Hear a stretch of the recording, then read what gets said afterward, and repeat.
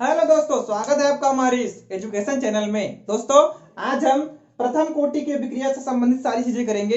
इसका अर्धआयुकाल भी मैं आपको बताऊंगा और इसका लक्षण क्या होता है उसको भी आपको बताऊंगा। ठीक है फ्रेंड्स, तो इसके पहले हमने किसको कवर किया था?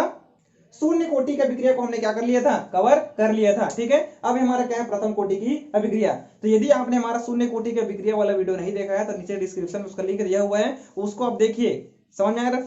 समझ में आया फ्रेंड्स? ठीक है, चलिए मैं फटाफट जो चीजें मैंने शून्य कोटि के अभिक्रिया में बताया था उससे मैं अभी तीव्र गति से थोड़ा सा रिवाइज कर देता हूं। ठीक है, ताकि आपको अच्छे तरीके से प्रथम कोटि की अभिक्रिया समझ में आ जाए। ठीक है, तो चलिए, मैंने क्या बताया था? इसको समझने के लिए आपको सबसे पहले क्या मालूम होना चाहिए? द्रव्यानुपातिक क्रिया का नियम। ठीक है, तो द्रव्यानुपातिक क्रिया का नियम क्या होता है भाई? तो इसको बताया था किसने? मैं फटाफट रिवाइज बस कर रहा हूँ ना समझाने के लिए। ठीक है, तो किसने बताया था? गुलबर्ग और वागे ने बताया था। इसने बोला था कि एक होता है क्रिया कारक और एक क्या होता है? क्रियाफल। ठीक है, तो दो ए प्लस बी क्या होता है? क्रिया कारक, और सी प्लस डी क्या बन जाएगा? क्रियाफल। समझ में आ गया? तो ये क्रिया कारक और क्या हो जाएगा? क्रियाफल। समझ में आ गया इतना? ठीक है, अब क्या हुआ था? द्रव्यानुपातिक क्रिया का नियम लगाएंगे। तो नियम क्या होता है? तो ये जो डिब्बा दिख रहा है इसी को बोला जाता है क्या? द्रव्यानुपातिक क्रिया का नियम। समझ में आ गया क्या बोला? ये जो dx अपॉन dt दिख रहा है इसी को क्या बोला था? द्रव्यानुपातिक क्रिया का नियम। समझ में आ गया? लेकिन ये गणितीय रूप है, इसी को हम हिंदी रूप में लिखेंगे। ठीक है, तो आपको मालूम होना चाहिए कि कौन क्या है। x को बोला जाता है सांद्रता। x को क्या बोलते हैं? सांद्रता। d मतलब होता है परिवर्तन, तो सांद्रता में परिवर्तन। ठीक है, नीचे क्या लिखे हैं? t मतलब क्या होता है? समय। तो समय के साथ सांद्रता में क्या हो रहा है? परिवर्तन। इसी को बोलते हैं क्या? अभिक्रिया की दर। पॉइंट आपको समझ में आ गया? x को क्या बोलते हैं? बोला मैंने, सांद्रता बोलते हैं। ठीक है, डी को क्या बोलते हैं? परिवर्तन। तो सांद्रता में क्या हो रहा है? परिवर्तन। कब? समय के साथ, टाइम के साथ। तो टाइम के साथ अर्थात समय के साथ एक्स में जो परिवर्तन होता है वही क्या कहलाता है? अभिक्रिया की दर। इसका मतलब dx अपॉन dt को भी क्या बोला जाता है? अभिक्रिया की दर। इतना आपको समझ में आ गया? तो आपको हमेशा याद रखना है कि आपको कहीं भी क्या मिल गया dx अपॉन dt तो वो क्या है? तो क्या है बोलेंगे? तो अभिक्रिया की दर है। समझ में आ गया? ठीक है, तो ये तो अभिक्रिया की दर हो गया। और ए और बी कौन है बोलेंगे? तो क्रिया कारक है। ए और बी कौन है बोलेंगे? तो क्रिया कारक है। ये भी पॉइंट क्लियर हो गया। ठीक है, और ये जो बड़ा ब्रैकेट दिख रहा है उसको क्या बोला जाता है? वो भी तो लगा नहीं इधर। ठीक है, तो ये बड़ा ब्रैकेट को क्या बोला जाता है बोलेंगे? तो सांद्रता हो सकता है या फिर क्या है? सक्रिय द्रव्यमान। तो इसी को सांद्रता और इसी को क्या बोला जाता है? सक्रिय द्रव्यमान। समझ में आ गया? तो द्रव्यानुपात क्रिया का नियम क्या है? तो क्या है बोलेंगे? तो dx अपॉन dt जो है a और b के बड़े ब्रैकेट के गुणनफल के क्या होता है? समानुपाती होता है, जिसे द्रव्यानुपातिक क्रिया का नियम कहते हैं। समझ में आया? ये मैथमेटिक्स में बताया, इसको आपको हिंदी में लिखना है। तो द्रव्यानुपातिक क्रिया का नियम किसे कहते हैं? तो अभिक्रिया की दर क्रिया कारकों के सक्रिय द्रव्यमान के गुणनफल के समानुपाती होता है। इतना लिखना है। मैं फिर से बोल रहा हूं, ध्यान दीजिए। ठीक है, अभिक्रिया की दर क्रिया कारकों के सक्रिय द्रव्यमान के गुणनफल के समानुपाती होता है, जिसे द्रव्यानुपातिक क्रिया का नियम कहते हैं। समझ में आ गया ना? ठीक है, तो ये तो द्रव्यानुपातिक क्रिया का नियम हो गया। अब हम हमारे पॉइंट पर आते हैं। हमारा पॉइंट क्या है? सबसे पहले प्रथम कोटि की अभिक्रिया। क्या है अपने पास? प्रथम कोटि की अभिक्रिया। ठीक है, तो प्रथम कोटि की अभिक्रिया किसे कहते हैं? इसका मैंने परिभाषा लिखा है, देखिए। ऐसे अभिक्रिया जिसमें अभिक्रिया की दर किसी एक क्रिया कारक की सांद्रता पर निर्भर करता है। समझ में आ गया? यहाँ पर देखिए क्रिया कारक कितने हैं? एक और एक कितने हैं? दो। क्रिया कारक कितने हैं? एक और एक दो। लेकिन हम लोग पढ़ क्या रहे हैं? प्रथम कोटि की अभिक्रिया। तो इसका मतलब प्रथम कोटि की अभिक्रिया में मात्र एक क्रिया कारक रहेगा, बी नहीं रहेगा। मतलब ए तो रहेगा लेकिन बी नहीं रहेगा। समझ में आया क्या बोला? इसका मतलब ये जो अभिक्रिया की दर है मात्र एक जने की सांद्रता पर निर्भर करता है। समझ में आया? और एक कौन है? तो एक कौन है? क्रिया कारक। क्या है फ्रेंड्स? क्रिया कारक है। समझ में आया? ठीक है, मतलब कोई एक क्रिया कारक रहेगा और उसी की क्या रहेगी? सांद्रता। ये जो बड़ा ब्रैकेट है वो क्या कहलाता है? सांद्रता। समझ में आ गया? इसका मतलब अभिक्रिया की दर किसी एक क्रिया कारक की सांद्रता पर ही निर्भर करेगा, उसी को बोला जाता है क्या? प्रथम कोटि की अभिक्रिया। परिभाषा आपको समझ में आया क्या बोला? अभिक्रिया की दर किसी एक क्रिया कारक की सांद्रता पर निर्भर करता है, उसे ही क्या बोला जाता है? प्रथम कोटि की अभिक्रिया कहा जाता है। उसी को मैंने लिख दिया। ऐसी अभिक्रिया जिसमें अभिक्रिया की दर किसी एक क्रिया कारक की सांद्रता पर निर्भर करता है, क्या कहलाएगा? प्रथम कोटि की अभिक्रिया कहलाएगा। तो ये इसकी क्या हो गई? परिभाषा। समझ में आ गया? ठीक है, अब इसका निकालेंगे क्या? मात्रक निकालते हैं। ठीक है, तो इसको यदि लिखना है तो आप लिख लीजिए, नोट करके मिटा रहा हूं मैं। ठीक है फ्रेंड्स, चलिए, तो मैंने क्या बोल दिया? किसी एक की सांद्रता पर क्या करेगा? निर्भर करेगा। तो किसी एक के ऊपर ही निर्भर करेगा। तो अब क्या हो जाएगा, इसका मतलब देखिए मैंने लिखा यहाँ पर इकाई मात्रक 1a क्या बनाएगा, कुछ प्रोडक्ट बनाएगा। 1a क्रिया कारक कितना है, एक ही है, और वो क्या बनाता है, मान लेते हैं प्रोडक्ट बनाएगा। ठीक है, अब क्या करेंगे, द्रव्यानुपाती क्रिया का नियम। देखिए यहाँ पर नियम आ रहा है, इसी कारण मुझे आपको ये सब बताना पड़ा। समझ में आ गया फ्रेंड्स। ठीक है, तो नियम क्या बोलता है कि लेफ्ट साइड में dx अपॉन dt लिखना है। लेफ्ट साइड में क्या लिखना है, dx अपॉन dt। अब यहाँ पर क्या आता है, समानुपाती। समानुपाती के बाद कौन होता है, क्रिया कारक। तो क्रिया कारक कौन है, a है। क्रिया कारक कौन है, a। और इसमें लगाना पड़ता है क्या, बड़ा ब्रैकेट। और इसी बड़ा ब्रैकेट को क्या बोला जाता है, सांद्रता। तो इसी चीज को मैंने यहाँ पर लिखा था, लेकिन इसके साथ साथ इनटू में b की सांद्रता भी था, लेकिन यहाँ पर तो b है ही नहीं, इसलिए b को लिखने की आवश्यकता नहीं है। तो यहाँ पर केवल ऐसा रहेगा। समझ में आया फ्रेंड्स क्या बोला। ठीक है, अब इनटू में जो होता है वो पावर में चला जाता है, बताया था मैं। ठीक है, जो भी एक इनटू में रहेगा तो जब भी सांद्रता लगाते हैं तो वो पावर में चला जाता है। समझ में आया। ठीक है, अब क्या करेंगे, इसको हटाएंगे तो क्या लग जाएगा, dx अपॉन dt बराबर लगेगा। अब बराबर लगेगा तो एक नियतांक लगाना पड़ेगा, तो उसको बोल दिया मैंने k1 और a। समझ में आया क्या बोला। तो k1 क्यों लिखा, क्योंकि k1 मतलब प्रथम कोटि की अभिक्रिया है, मतलब प्रथम कोटि के अभिक्रिया के लिए वेग स्थिरांक। ठीक है, यहाँ पर लिख लेना, जहां k1 बराबर क्या जाएगा, वेग स्थिरांक। k1 बराबर क्या जाएगा फ्रेंड्स, वेग स्थिरांक। इतना आपको समझ में आ गया। ठीक है, चलिए अब क्या करेंगे, तो dx को क्या बोला जाता है, सांद्रता। dx कौन है बोलेंगे तो सांद्रता। a भी कौन है, सांद्रता। मतलब एक में ये दोनों कौन है, सांद्रता है। समझ में आ गया। x मतलब भी सांद्रता होता है, a मतलब क्रिया कारक और ये सांद्रता, तो क्रिया कारक की सांद्रता, और x भी क्या है, सांद्रता। और सांद्रता का मात्रक क्या होता है, क्या होता है फ्रेंड्स, मोल प्रति लीटर होता है। मोल प्रति क्या होता है, लीटर। इतना आपको समझ में आ गया। ठीक है, अगला अगला कौन दिख गया, x की मात्रक लिख लिया मैंने, a का मात्रक लिख लिया, बच गया कौन, dt। तो dt का मात्रक क्या होता है, dt कौन है बोलेंगे तो समय है, और समय का मात्रक क्या होता है बोलेंगे तो सेकंड है। समझ में आएगा। ये मेरे पास क्या है, समीकरण एक। ये पॉइंट आपको समझ में आया। तो समीकरण एक से रखो भाई इधर। तो dx का मान कितना है, dx का मान कितना है, मोल प्रति लीटर। मोल प्रति लीटर, ये पॉइंट आपको समझ में आ गया। तो इसके जगह मैंने क्या लिख दिया, मोल प्रति लीटर पूरे का बटा। तो पूरे के बटा नीचे में कौन है, dt, और dt की वैल्यू कितना है, सेकंड। तो यहाँ पर क्या जाएगा, सेकंड। अब बीच में क्या है, बराबर, तो यहाँ पर क्या जाएगा, बराबर। उसके बाद कौन है, k1, तो k1 गुना a की वैल्यू भी कितना है, मोल प्रति लीटर। तो क्या जाएगा, मोल प्रति क्या जाएगा, लीटर। इतना आपको समझ में आ गया क्या। ठीक है, अब देखिए मोल प्रति लीटर इस साइड भी है और बराबर के उस साइड भी कौन है, मोल प्रति लीटर। तो कटेगा नहीं, तो बचा कौन, 1/सेकंड बचा नहीं। 1/सेकंड बराबर क्या जाएगा, k1। समझ में आएगा। या k1 बराबर क्या बचेगा, 1/सेकंड। चलो इसको मैं अंग्रेजी लिख दिया, या k1 बराबर, इसको मैं सेकंड इनवर्स लिख सकता हूँ, नहीं ऊपर जाएगा तो इनवर्स लिख सकता हूँ।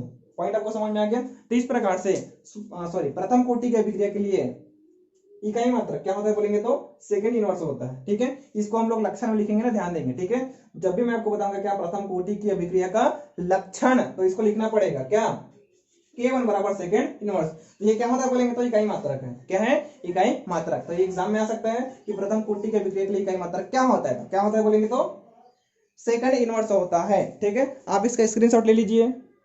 तो चलिए फ्रेंड्स, व्यंजक की उत्पत्ति करते हैं। देखिए सबसे पहले क्या होगा, देखिए जैसे कि आपके पास क्या होता है, 1a होता है और क्या बन जाता है, कुछ प्रोडक्ट बनता है। ये मैं पहले से ही बता दिया था। ठीक है, अब देखिए मैंने आपको पिछले अर्ध उसमें पढ़ाया था कि समझेंगे अच्छे से। ये आप हो और ये कौन है, दुकानदार है। ये कौन है, दुकानदार। ठीक है, समझेंगे अच्छे से। आपके पास a रुपया है, a मतलब 100 रुपया।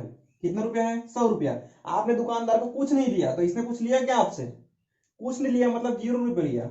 आपने इसको दिया ही नहीं, मतलब कुछ नहीं दिया, मतलब इसने आपसे क्या लिया, 0 रुपया। कब, जब टाइम क्या रहेगा, 0 रहेगा। तब जब आप घर से बाहर नहीं लिख रहेंगे तब की बात है। समझ में आ गया।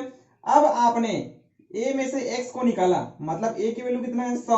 तो 100 में से 50 को निकाला। समझ में क्या बोला मैं, a का वैल्यू कितना है, 100 है, और x का वैल्यू कितना है, 50। समझ में क्या बोला मैं। ठीक है, तो आपने 100 में से 50 को निकाला और 50 रुपए किसको दे दिया, दुकानदार को, और कुछ ले लिया। ठीक है, तो दुकानदार ने आपसे क्या लिया, 50 रुपए लिए। 50 मतलब x लिए, मतलब x लिए, x के लिए कितना है, 50 रुपया। समझ में आया क्या बोला मैं। ठीक है, ये कब हुआ, कुछ समय पश्चात। हाँ, तो उसी को लिखना है। तो माना a के पास a रुपया है। ठीक है, मतलब इसकी वैल्यू 1 है। इसने दुकानदार को कुछ नहीं दिया, मतलब इसकी वैल्यू क्या रहेगा, 0। ये कब, जब टाइम क्या रहेगा, 0। समझ में आया क्या बोला, ठीक है। अब ए में से निकलेगा क्या, एक्स निकलेगा, ठीक है। तो अब दुकानदार क्या लेगा भाई, एक्स को ही लेगा ना, ठीक है। और ये कब होगा, कुछ समय पश्चात होगा। कब हो जाएगा फ्रेंड्स, कुछ समय पश्चात। समझ में आया क्या बोला मैं, ठीक है। चलिए अब क्या होगा, अब लगाएंगे क्या, द्रव्यानुपाती क्रिया का नियम, जो कि मैंने आपको पहले बता दिया था, ठीक है। तो यहां पर लिख लीजिएगा, आप क्या लिखेंगे, द्रव्यानुपाती क्रिया के नियम से, आप पूरा लिख लीजिएगा ना, ठीक है। तो चलिए नियम क्या होता है बोलेंगे तो, क्या होता है नियम, लेफ्ट साइड लिखते हैं dx अपॉन dt, लिखते हैं ना, बीच में क्या लगाते हैं, समानुपाती। उसके बाद क्या होता है, क्रिया कारक। तो क्रिया कारक कौन है, ए की क्या हो जाएगी, सांद्रता। इतना आपको समझ में आ गया, ठीक है। अब क्या करेंगे, इसको हटाएंगे तो क्या हो जाएगा, dx अपॉन dt बराबर लिखना पड़ता है। इसको हटा के क्या लिखेंगे, लिखेंगे तो केवल लिखेंगे, और ये क्या जाएगा, ए होगा कि नहीं, ठीक है। मैं पहले ही बता चुका हूं, तो अभी सब फटाफट मैं केवल लिख रहा हूं। समझ में आया क्या बोला, ठीक है। तो ये चीज हो गया। अब क्या करेंगे, अब ए का वैल्यू कितना है बोलेंगे तो ए माइनस एक्स है। ए का वैल्यू कितना बोलेंगे तो ए माइनस एक्स। तो इस ए के स्थान पर क्या रखेंगे, ए माइनस एक्स, तो रख दीजिए भाई। तो क्या हो जाएगा, dx अपॉन dt बराबर k1, ठीक है। और यहाँ पर क्या जाएगा, ए का वैल्यू कितना है, ए माइनस एक्स, तो ए माइनस क्या हो जाएगा, एक्स यहाँ पर लिख लेना। चूंकि k1 बराबर क्या होता है, वेग स्थिरांक, क्या होता है, वेग स्थिरांक। इतना आपको समझ में आया क्या, ठीक है। तो ये चीज तो हो गया। अब क्या करेंगे, तो a माइनस एक्स तो आ गया। अब x को एक तरफ रखो, अब बाकी सबको क्या करना है, एक तरफ रखना है, ठीक है। तो ये x है, इधर भी क्या है, x। तो a माइनस एक्स को इसके नीचे ले आओ, और dt को इधर ले आओ, तीर गुना कर देते हैं, ठीक है, एक्सचेंज कर देते हैं। तो क्या हो जाएगा, dx upon a minus x होगा कि नहीं, बराबर इधर पहले से कौन है, k1 है, इनटू क्या हो जाएगा, dt होगा कि नहीं। इतना आपको समझ में आ गया, ठीक है। अब हमारा काम क्या है, तो अब करेंगे हम लोग समाकलन। क्या करेंगे, समाकलन, ठीक है। तो यहां पर लिखेंगे समाकलन करने पर, समाकलन करने पर कर दें क्या, ठीक है। तो समाकलन कर दें तो क्या करना पड़ता है, कुछ नहीं करना है, इसी को लिखेंगे और दोनों तरफ समाकलन का चिन्ह लगाएंगे, बस। तो क्या जाएगा, dx upon a minus x, इसी को लिख दिया मैं, बराबर इधर क्या जाएगा, k1 इंटू क्या जाएगा, dt। कुछ नहीं करना है, समाकलन का चिन्ह लगाना है, कुछ नहीं करना है, केवल क्या करेंगे, समाकलन का चिन्ह लगाएंगे। तो समाकलन का चिन्ह लगा दिया।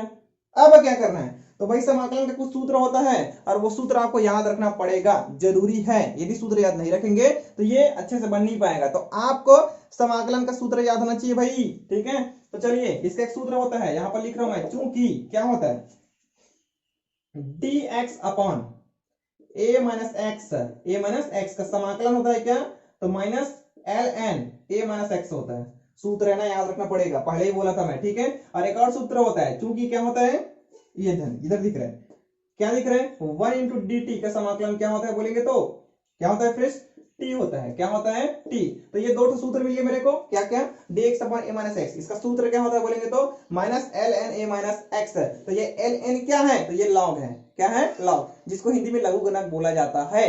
समझ में आया, ठीक है। 1 इंटू dt क्या हो जाएगा, t। समझ में आया क्या बोला, ठीक है। अब समझेंगे समाकलन में होता क्या है, जिसके सापेक्ष समाकलन करना होता है, बस वही बस अंदर होता है, ठीक है। बाकी सबको क्या निकाल देते हैं, बाहर। तो देखिए, यहाँ पर t के सापेक्ष समाकलन हो रहा है, यहाँ पर x के सापेक्ष समाकलन हो रहा है, ठीक है। तो यहाँ पर t वाला बस अंदर, बाकी क्या जाएगा बाहर, मतलब k1 क्या जाएगा बाहर, ठीक है। तो इसी चीज को लिख रहा हूँ, ध्यान से देखिएगा, लेफ्ट में क्या लिखे है, इसलिए तो dx अपॉन क्या जाएगा, a माइनस एक्स का समाकलन बराबर इधर क्या जाएगा, k1 क्या जाएगा बाहर निकल गया, तो अंदर कौन बचेगा, 1 इंटू dt बचेगा कि नहीं, k1 हट गया तो उसके जगह कौन बचेगा, 1 बचेगा। इतना आपको समझ में आया क्या, ठीक है। अब क्या करेंगे, समाकलन करेंगे, क्या करेंगे, समाकलन। और मैंने समाकलन का सूत्र लिख दिया है, देखिए इधर ऊपर में लिखा है, ठीक है। इसका वैल्यू क्या होता है, minus ln a minus X. तो इसको हटाओ और इसको लिखो, तो क्या जाएगा, माइनस ln, क्या जाएगा फ्रेंड्स, क्या जाएगा, minus ln a minus x होगा कि नहीं, ठीक है। इसको हटा के मैंने इसको लिखा, मतलब इसको हटा के इसको लिखा, तो ये हो गया। तो बीच में क्या है, बराबर, तो बराबर इधर क्या लिखा है, k1, ठीक है। तो इसका समाकलन क्या होता है, t होता है ना, तो क्या जाएगा, k1 इंटू टी। इतना समझ में आया। और जब भी समाकलन का चिन्ह हटता है तो एक नियतांक लगाना पड़ता है c, और इसी c को बोले हैं क्या, समाकलन नियतांक। यहां लिख लेना, जहां जहां c बराबर क्या होता है, समाकलन, समाकलन नियतांक। इतना समझ में आ गया फ्रेंड्स, ठीक है। तो ये क्या जाएगा, मेरे पास समीकरण 1 हो गया, मान लेते हैं ये मेरे पास क्या है, समीकरण 1। यहां तक समझ में आया आपको अच्छे तरीके से, ठीक है। अब क्या करना है बोलेंगे तो, ठीक है। अब कुछ नहीं करना है, यहां लिखेंगे प्रारंभिक अवस्था में। कौन सी अवस्था में, प्रारंभिक अवस्था में, चलिए देखिए, प्रारंभिक अवस्था में क्या हुआ था, आपने जब दुकानदार को पैसा नहीं दिया था, जब टाइम जीरो था, उस समय आपसे दुकानदार ने कुछ लिया था क्या, कुछ लिया था। टाइम क्या था, जीरो। टाइम क्या था, जीरो। तो दुकानदार ने आपसे कुछ लिया था क्या, नहीं लिया था। मतलब एक्स का वैल्यू क्या था, जीरो। क्यों, क्योंकि बाद में आपने क्योंकि दुकानदार ने बाद में आपसे 100 रुपया ही लिया था, लेकिन शुरू में कुछ लिया था क्या, नहीं। इसका मतलब एक्स का मान क्या था, जीरो। एक्स मतलब लिया हुआ पैसा, और लिया हुआ पैसा का वैल्यू कितना रहेगा, जीरो। कब, प्रारंभिक अवस्था में रहेगा तब। समझ आया। इसको पकड़ो, समीकरण 1 पे रखो। तो यहां लिखेंगे समीकरण 1 से क्या हो जाएगा, रखो इधर। तो minus L N A minus X. तो ए माइनस एक्स का वैल्यू कितना है, जीरो। तो यहां रखेंगे क्या, जीरो। तो जीरो हो जाएगा बराबर, इधर क्या लिखा है k1, तो k1 इंटू टी कितना है, टी का वैल्यू कितना है, जीरो। तो k1 गुना जीरो प्लस क्या जाएगा, c। होगा कि नहीं, ठीक है। अब माइनस एल एन ए बचेगा नहीं, ये तो जीरो है, ये तो हट ही जाएगा। तो क्या बचेगा, माइनस एल एन ए बचेगा। इधर क्या बचेगा, माइनस एल एन ए बराबर, ये तो जीरो हो जाएगा, तो जीरो प्लस सी। तो क्या बचेगा, माइनस एल एन ए बराबर क्या जाएगा, सी। या सी बराबर क्या हो जाएगा, माइनस एल एन ए। इतना समझ आया क्या, समझ आया फ्रेंड्स। अब हमारा देखो यहां तक तो क्या निकल गया, सी की वैल्यू निकल गया। किसका वैल्यू निकल गया, सी का। इस सी की वैल्यू को पकड़ना है और रखेंगे कहां, समीकरण 1 में। कहां रखेंगे, समीकरण 1 में। ध्यान लिखना, सी का मान, सी का मान समीकरण 1 में रखने पर, रखो भाई, क्या होता है, रखो उधर। तो यहां पर क्या लिखा है, minus L N A minus X लिखा है कि नहीं। इधर क्या है, बराबर, इधर क्या है, k1 इंटू टी प्लस सी का मान कितना है, माइनस एल एन ए। तो यहां पर माइनस किया जाएगा डायरेक्ट, तो माइनस एल एन ए। यहां तक समझ आया क्या, ठीक है। अब कुछ नहीं करना है, इसको देखने से क्या समझ आ रहा है, सॉल्व कैसे करेंगे। देखिए इधर भी क्या लिखा है, एल एन, इधर भी क्या लिखा है, एल एन। तो ऐसा करते हैं, एल एन को एक तरफ रखते हैं, बाकी सबको ट्रांसफर कर देते हैं, ठीक है। तो ऐसा करते हैं, एल एन को पकड़ के उधर ले आता हूं, ठीक है। तो ये इसको पकड़ के इधर लाऊंगा, तो ये किस में है, माइनस में है। तो इधर आगे क्या हो जाएगा, प्लस में, ठीक है। तो जब प्लस हो जाएगा क्या हो जाएगा, मतलब प्लस एल एन ए होगा कि नहीं। इसको मैंने पकड़ के इधर लाया, ठीक है। तो यहाँ पर पहले से कौन है, minus L N A minus X है कि नहीं, बराबर क्या बचेगा, k1 इंटू टी होगा कि नहीं। अब प्लस को लिखने की आवश्यकता नहीं है। अब L N A minus X इतना बचा। यहां तक आपको समझ में आ गया क्या। अब ये तो हो गया। अब और सूत्र होता है, सूत्र आपको लॉग का याद रखना पड़ेगा भाई। तो क्या होता है, सूत्र बोलेंगे तो लॉग एम बटा एन होता है क्या। चलिए मैं अलग तरीके से लिखता हूं, log M minus log N बराबर होता है लॉग एम बटा एन होता है। सूत्र है भाई, याद रखना पड़ेगा ना ये तो, ठीक है। Log M minus log N क्या होता है, लॉग एम बटा एन। तो यहां पर देखिए एल एन को मैंने बोला था क्या, लॉग। तो log M minus log N दिख रहा है कि नहीं, लॉग एम, और ये इसको एन बोल देते हैं, ठीक है। तो log M minus log N, तो उसके टाइप का दिख रहा है नहीं। पॉइंट आपको समझ में आ रहा है क्या बोल रहा हूं मैं, कि इसके जैसे जस्ट कौन दिख रहा है, ये। मतलब इसका सूत्र जब ये होता है log m बटा n, तो इसको भी बटे के रूप में लिखा जा सकता है। चलिए लिखते हैं, तो क्या हो जाएगा, अतः क्या हो जाएगा, फिर इसको लिखो। तो log प्रोडक्ट यहाँ पर कौन है, ln है, कौन है, ln। तो यहाँ पर लिखते हैं ln, ठीक है। और m बटा n है, तो m के जगह में कौन है, a। तो यहाँ पर क्या जाएगा, a बटा, और n के जगह में कौन है बोलेंगे तो a माइनस एक्स। तो यहाँ पर क्या जाएगा, a माइनस एक्स। इतना आपको समझ में आया क्या। तो इसके जगह में कौन आ गया, एल एन ए बटा एक्स, सॉरी a बटा a माइनस एक्स। क्यों आया, तो इस सूत्र के कारण है। अब बीच में कौन है, बराबर। तो यहाँ पर क्या लिखेंगे, बराबर। इधर क्या लिखेंगे, k1 इंटू टी। तो क्या जाएगा, k1 इंटू टी। यहाँ तक कोई डाउट, नो डाउट ना, ठीक है। अब फिर से चूंकि एक और सूत्र होता है, एक्चुअल में यहाँ पर सूत्र बहुत है, याद रखना पड़ेगा, ठीक है।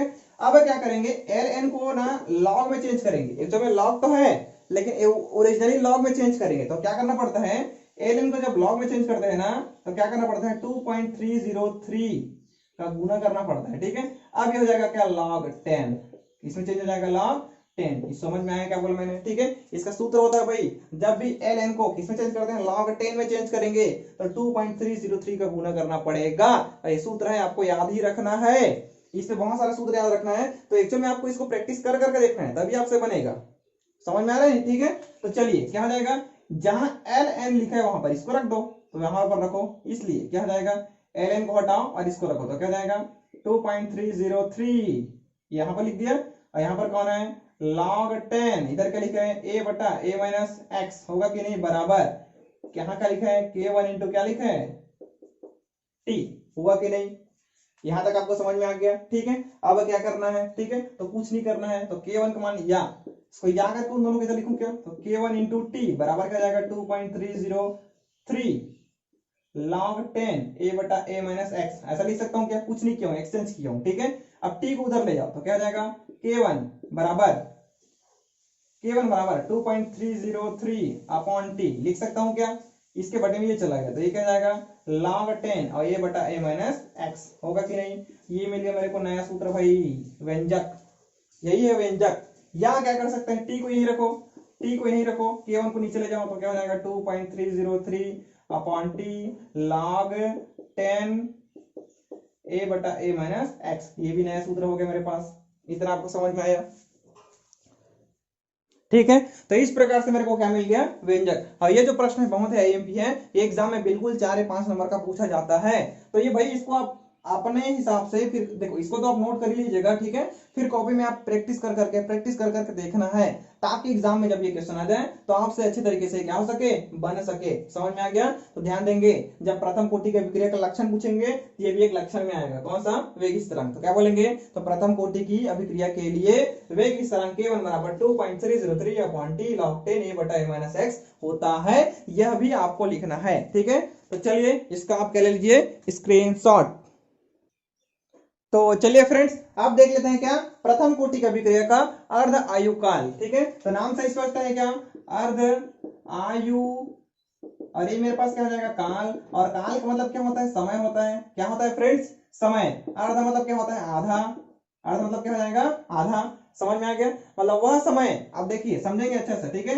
ये मेरे पास कौन, क्रिया कारक, ये कौन है, क्रिया कारक। और क्रिया कारक कौन है बोलेंगे तो आप है, मान लेते हैं कौन है, आप, हाँ आप ही की बात कर रहा हूं मैं, ठीक है। तो क्रिया कारक कौन है, आप। आपके पास कितने रुपए थे, 100 रुपए, कितने रुपए थे, 100 रुपए। आपने दुकानदार को कितना दे दिया, 50 रुपया। आप कितना बचा आपके पास, 50 रुपये बचा कि नहीं बचा, मतलब आपके पास पैसा क्या हो गया, आधा। आपके पास पैसा क्या हो गया, आधा। मतलब समय के साथ क्रिया कारक के पैसे क्या हो गया, आधा। इसी को क्या बोलते हैं, अर्धायु काल। समझ में क्या बोला, तो वह समय जिसमें कोई क्रिया कारक अपनी प्रारंभिक सांद्रता का आधा रह जाता है, अर्ध आयु काल कहलाता है। इसको मैंने सांद्रता बोल दिया, किसको, पैसे को। समझ में आ गया, शुरू के पैसे का आधा, तो उसी को मैंने क्या बोल दिया, सांद्रता, ठीक है। तो वह समय जिसमें कोई क्रिया कारक अपनी प्रारंभिक सांद्रता का आधा रह जाता है, क्या कहलाता है, अर्ध आयु काल कहलाता है। वही लिख दिया मैंने, यहाँ वह समय जिसमें कोई क्रिया कारक अपनी प्रारंभिक सांद्रता का आधा रह जाता है, अर्ध आयु काल कहलाता है। समझ में आ गया। और इसको किससे शो करेंगे, तो इसको किससे प्रदर्शित करेंगे बोलेंगे तो टी, और नीचे लिखेंगे क्या, 1/2। समझ में आ गया। तो टी और हाफ मतलब अर्ध आयु काल, मतलब आधा समय। समझ में आ गया फ्रेंड्स, ठीक है। तो इसको टी हाफ से क्या करेंगे, शो करेंगे। तो यहां तक आपको समझ में आ गया, ठीक है। चलिए अब क्या करेंगे उसको देख लेते हैं। देखिए अब प्रथम कोटि के व्यंजक से क्या होता है, सूत्र होता है ना, k1 बराबर 2.303 अपॉन टी log 10 a बटा माइनस एक्स। यहाँ पर जो लिखा था मैंने उसी को वहां पर लिख दिया। समझ में आया आपको बात, ठीक है। लेकिन हम लोग प्रथम कोटि के व्यंजक ना पढ़ रहे हैं, हम लोग क्या पढ़ रहे हैं, अर्ध आयु काल। तो अर्ध आयु काल के लिए क्या जाएगा, टी को क्या लिखते हैं, टी हाफ। अब भी आपको बताया मैं, टी मतलब समय, ठीक है। लेकिन यहाँ पर समय कैसा है, आधा है ना, तो टी हाफ लिखना पड़ा, ठीक है। और एक्स क्या हो जाएगा, a/2। तो ये कैसे आया, तो देखिए ए आपके पास था और ये क्या था, एक्स था। आपके पास कितना पैसा था, 100। लास्ट में इसको आपने कितना दे दिया था, 50। अब आपके पास पैसे क्या हो गए थे, आधा, मतलब ए का कितना हो गया था, आधा। समझ में आया क्या बोला मैं, ठीक है। और एक आधा कितना होता है, मतलब 100/2, और 100/2 मतलब 50। समझ में आया क्या बोला। अरे 85 क्या था, एक्स है, 85 क्या है, एक्स। मतलब x बराबर क्या जाएगा, a/2 नहीं होगा, x बराबर क्या जाएगा, a/2। समझ में आया क्या बोला। मान रख के देख लो, x का मान कितना है, 50। तो 50 बराबर 100 का मान कितना है, सॉरी a का मान कितना है, 100। 100/2, 100/2 कितना आएगा, 50 आएगा कि नहीं, ठीक है। इसलिए x का वैल्यू कितना हो जाएगा, a/2। तो यहाँ पर x के बराबर क्या लिख दिया मैंने, a/2। इतना समझ में आ गया आपको, ठीक है। तो चलिए इसको आगे की ओर सॉल्व करते हैं।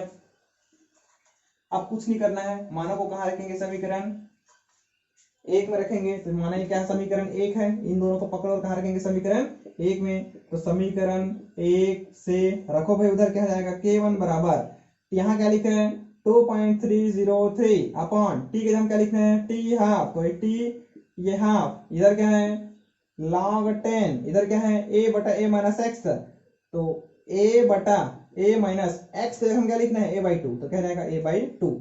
इतना आपको समझ में आ गया क्या? अब मैं डायरेक्ट इसको सॉल्व कर रहा हूँ ना, तो क्या आ जाएगा 2a माइनस ए होगा नहीं, देखो a minus A by two ऐसा लिखा है नहीं, a minus A by two. इसको सॉल्व करने आता है आपको, और उसके ऊपर में क्या है a है, क्या है a। सॉल्व करो इसको, चलो मैं ही कर देता हूँ। तो क्या जाएगा k1 बराबर 2.303 अपॉन टी हाफ, इधर क्या जाएगा log 10 a बटा तिरक गुना होता है ना, तो 2a माइनस ए बटा 2 होगा कि नहीं? यहां तक समझ में आ गया? ठीक है, इसमें कुछ नहीं करना होता है, तिरक गुना होता है और हर का गुना होता है। तो ये तिरक गुना हुआ तो 2a माइनस ए, और नीचे में क्या बचा 2 ही है तो 2 रहेगा। समझ में आया? अब 2a में एक एक गया तो एक ही तो ये बचेगा ना, तो क्या जाएगा k1 बराबर क्या जाएगा 2.303 अपॉन क्या जाएगा टी हाफ, इधर क्या बचेगा log 10, इधर क्या बचेगा a बटा ऊपर में a है, इसके नीचे में क्या बचेगा 2a में एक एक गया तो एक ही बचेगा नहीं, तो a बटा 2 बचेगा नहीं। समझ में आया क्या बोला मैं? ठीक है, अब क्या होगा तो k1 बराबर 2.303 अपॉन टी हाफ, और इधर क्या हो जाएगा log 10, इसको चेंज करो भाई, तो a बटा एक गुना नीचे का ऊपर जाएगा, तो नीचे देखो इसको पलटेंगे ना, 2 ऊपर जाएगा और a नीचे आएगा, होता है कि नहीं? देखो ये दोनों एक साथ था ना भाई, अब वो ये अकेला था तो ये अकेला है, और इसको मैंने चेंज कर दिया तो नीचे वाला ऊपर, ऊपर वाला कहाँ जाएगा नीचे, तो 2 बटे क्या जाएगा a, कैंसिल होगा नहीं, तो k1 बराबर क्या बचा 2.303 अपॉन 2, सॉरी ये ठीक है, और ये क्या जाएगा log 10, क्या बचा 2 बचा नहीं। इतना समझ आया क्या? अब एक सूत्र होता है, चूंकि log 10 2 बराबर होता है 0.3010 होता है, सूत्र है ना log 10 2 का सूत्र क्या होता है 0.3010, तो ये इसको हटाओ उसको लिखो, तो क्या जाएगा तो k1 बराबर 2.303 अपॉन टी हाफ, इधर क्या जाएगा गुना, उसको क्या जाएगा 0.3010। यहां तक समझ में आ गया? अब क्या करना पड़ेगा, इन दोनों का गुना करो भाई, तो गुना करना पड़ेगा आपको, तो गुना करो आप, तो गुना करने पर लास्ट में क्या आएगा 0.693 आएगा बटा क्या जाएगा टी हाफ, आएगा कि नहीं? ये मिल गया मेरे को क्या सूत्र, या टी हाफ को इधर लिखो k1 को उधर लिखो, तो क्या जाएगा टी हाफ बराबर क्या जाएगा 0.693 अपॉन क्या जाएगा k1। समझ में आ गया फ्रेंड्स? ठीक है, तो इस प्रकार से देखिए अर्धआयुकाल का सूत्र मिला कि नहीं मिला, तो टी हाफ बराबर क्या होता है 0.693 अपॉन क्या जाएगा k1 हो जाएगा। इतना आपको समझ में आया क्या? ठीक है, तो इस प्रकार से क्या निकल गया मेरे पास अर्धआयुकाल के लिए व्यंजक, क्या निकल गया अर्धआयुकाल के लिए व्यंजक। समझ में आ गया? ठीक है, ध्यान देंगे यहाँ पर कहीं भी ए नहीं लिखा है, इसका मतलब टी हाफ ए के ऊपर निर्भर नहीं करता। एग्जाम में प्रश्न इस तरीके से भी पूछे जा सकते हैं कि सिद्ध कीजिए कि टी हाफ ए के ऊपर निर्भर नहीं करता, तो ए क्या है तो प्रारंभिक सांद्रता है, तो सिद्ध कीजिए कि अर्धआयुकाल प्रारंभिक सांद्रता पर निर्भर नहीं करता। किसके लिए? तो प्रथम कोटि की अभिक्रिया के लिए। तो सिद्ध कीजिए कि प्रथम कोटि की अभिक्रिया के लिए अर्धआयुकाल प्रारंभिक सांद्रता पर निर्भर नहीं करता है, इसको आपको सिद्ध करना है। तो इस तरीके से भी क्वेश्चन आ सकते हैं, तो फिर भी आपको इसी को ही लिखना है। इतना आपको समझ में आ गया? ठीक है, तो इसका भी आप स्क्रीनशॉट ले लीजिए। तो चलिए फ्रेंड्स, इसका लास्ट है क्या प्रथम कोटि के अभिक्रिया के लक्षण। ठीक है, तो लक्षण में करना क्या है, कुछ नहीं करना है, इसके पहले जो हमने अभी तक सीखा है उसी को इसमें लक्षण में लिख देना है। समझ में आया क्या बोला मैंने? तो चलिए हमने अभी तक क्या क्या सीखा है, देखिए हमने एक सूत्र लाया था क्या k1 बराबर 2.303 अपॉन टी log 10 a बटा माइनस x, और ये क्या बोलेंगे तो इसका व्यंजक है। तो पहला लक्षण कि प्रथम कोटि की अभिक्रिया का व्यंजक इतना होता है। लिखना भाई थ्योरी, मैं हिंदी थ्योरी यहाँ पर लिख रही हूँ ना, तो आपको लिखना कैसे है कि पहला नंबर प्रथम कोटि की अभिक्रिया का व्यंजक k1 बराबर 2.303 अपॉन टी log 10 a बटा a माइनस x होता है, ऐसा लिखना है। समझ में क्या बोला? दूसरा k1 बराबर सेकंड इनवर्स होता है, ये क्या है इसका मात्रक है, इकाई मात्रक।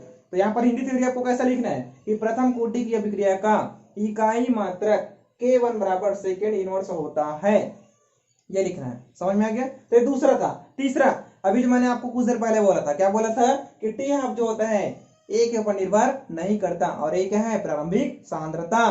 तो यहाँ का थ्योरी क्या होगा कि प्रथम कोटि की अभिक्रिया का अर्ध आयुकाल प्रारंभिक सांद्रता पर निर्भर नहीं करता है, अर्थात टी हाफ बराबर 0.693 अपॉन k1, इतना लिखना है।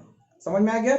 अगला चौथा यदि समय और सांद्रता, ये समय है और ये सांद्रता है, ये जो दिख रहा है ना a/-x, यही क्या है सांद्रता, लेकिन ये पूरा तो log 10 a/-x पूरा क्या है सांद्रता, और ये क्या है समय। तो समय और सांद्रता के बीच ग्राफ खींचा जाए तो एक सरल रेखा प्राप्त होती है। ये हिंदी से लिखना है और ये चित्र बनाना है, आपको समझ में आ गया, ये ग्राफ बनाना है। तो ये चौथा हो गया। अब पांचवा एग्जाम्पल क्या है इसका, मतलब सॉरी पांचवें एग्जाम्पल्स है, ये मेरे पास क्या सुक्रोज है, ये मेरे पास क्या है सुक्रोज है, ठीक है। तो सुक्रोज का जल बढ़ करेंगे तो ग्लूकोज और फ्रक्टोज बनता है, सबको मालूम हो गए एग्जाम्पल्स, ठीक है। बैलेंस करके देख लीजिए, सी कितना है 12, इधर सी 6 और 6 क्या जाएगा 12, हाइड्रोजन कितना है 22, 22 23 24, तो 12 दूनी 24, ऑक्सीजन कितना है 11 और 1 12, तो 6 और 6 12, तो बैलेंस हो रहा है कि नहीं हो रहा था। लेकिन ये ग्लूकोज और ये क्या है फ्रक्टोज, और ये क्या है सुक्रोज। सुक्रोज का मतलब होता है शक्कर, जो आप घर में उपयोग करते हैं, समझ में आ गया। तो ये एग्जांपल्स है, ठीक है। ये मेरे पास क्या है एथिल एसिड, इसको बोलते हैं एथिल, इसको क्या बोला जाता है एसीटेट। इसका जल आप गठन करेंगे तो C2H5 इस OH के साथ C2H5OH बना लेगा, और ये जगह हो गया क्या खाली, तो इस जगह पर कौन आ जाएगा H। तो देखिए CH3COO और ये वाला H, तो CH3COOH, समझ में आ गया। ये एथिल अल्कोहल, इसी को शराब बोला जाता है जिसको लोग पीते हैं, और इसको बोला जाता है क्या एसिटिक अम्ल, समझ में आ गया फ्रेंड्स, ठीक है। तो इसका भी आप चाहो तो स्क्रीनशॉट ले लो। तो ठीक है फ्रेंड्स, इस वीडियो में यहीं तक। दोस्तों यदि आपको हमारा वीडियो पसंद आया तो लाइक कर दीजिए, सब्सक्राइब कर दीजिए, अपने दोस्तों को इसको क्या कर दीजिए शेयर कर दीजिए। अब ध्यान दीजिएगा, ये जो लेसन है मोस्ट इंपॉर्टेंट लेसन है, इस लेसन से लगभग हर साल IMP क्वेश्चन पूछे जाते हैं, और वो भी कैसा आंकिक प्रश्न आपको बिल्कुल पूछे जाते हैं। तो इसका ये जो लेसन है, इस लेसन का आपको आंकिक प्रश्न बनाना पड़ेगा, ठीक है। और आंकिक प्रश्न बनाने के लिए आपको ये जो सूत्र वगैरह हैं, ये सारे सूत्र आपको क्या होने चाहिए मालूम होने चाहिए, समझ में आ गया, ठीक है। तो मैं इसका आंकिक प्रश्न का एक अलग से वीडियो बनाऊंगा, ठीक है। और वो जो वीडियो जो है मतलब वो नीचे डिस्क्रिप्शन में जाइए, देखिए इसका आंकिक प्रश्न का वीडियो, ठीक है। तो इसका सभी पार्ट्स को आप अच्छे से देखिए, क्यों, क्योंकि ये सभी एक दूसरे से लिंक है, कनेक्टेड हुए हैं, ठीक है। ये आपको समझ में आएगा तब आपको आंकिक प्रश्न समझ में आएगा, ठीक है। तो आंकिक प्रश्न को अच्छे से समझने के लिए इसको अच्छे से समझिए, ठीक है। और आंकिक प्रश्न का लिंक नीचे दिया हुआ है, जाइए और आंकिक प्रश्न को भी देखिए, ठीक है फ्रेंड्स। तो मिलते हैं नए वीडियो में, टाटा बाय बाय।